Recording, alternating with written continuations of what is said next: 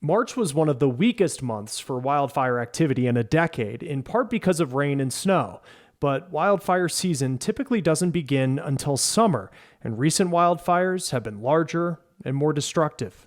Wildfires in the 2010s did more than 3 times as much damage as those in the previous decade. As Vanessa Michania found, it's forcing people in some regions to make difficult decisions. We're at a public park in Colorado, and folks come here, as you can imagine, to hang out in nature and enjoy being in the forest. So when you're walking in a park like this and you come across this sight, so many healthy trees chopped down, it might confuse you or even upset you. But I spoke with fire officials, and they say humans have been interfering with Mother Nature's ability to maintain forests with fire for generations, that we have no other choice but to do work like this. When wildfire strikes, it can do so ferociously, quickly, and seemingly out of nowhere. Fire is not new. Fire has been around for, a long, long time. Battalion Chief Paul Amundsen of the Colorado Division of Fire Prevention Control, however, says there are reasons why we're seeing wildfires on the scale that we have been for the past 25 years. You're saying that the way the forest looks right now is not natural?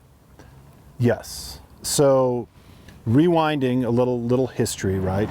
He took us to see fire mitigation work in action, explaining why measures like thinning trees and prescribed burns are so important. The fuels have just gotten to such a high level, such density, to where that's why we're seeing a lot of the fire behavior that we're seeing this day and age.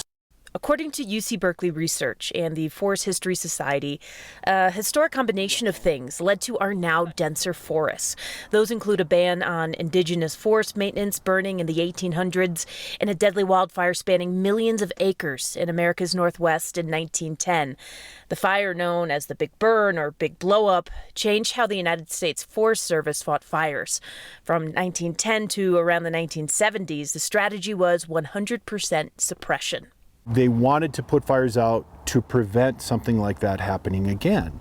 And that was 100% the right thing to do at that point in time, because who could forecast out of this could impact, 100 years from now. This, combined with warmer weather and stronger winds of the last couple of decades, Amundsen says this is why we have seen the bigger fires of recent history. It takes that one ember falling on something that is combustible that can ignite and start something else on fire, and then that domino effect. In this part of the country, memories of the 2021 Marshall Fire, which destroyed more than 1,000 homes, are fueling a conversation on the importance of hardening homes in preparation for the worst-case scenario. This is wonderful to see all this progress, and it gives people hope that there is a future after such a devastating event. Gary Sanfasan is the disaster recovery manager for Boulder County and has been helping the area get back on its feet.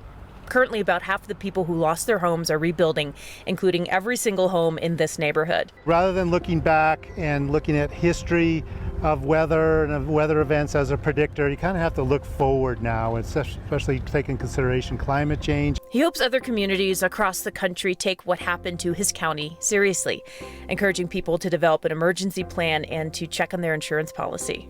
It's fire season, and that is a year-round event. Amundsen says that the spring is a good time to do the sweat equity of hardening your home to defend from potential fire. While the history of the land can give us clues as to why our wildfires are changing, prevention, mitigation, and hardening can help protect the future of our families and communities. Vanessa Bishani, Scripps News, Evergreen, Colorado. More to come on the race. Stick with us.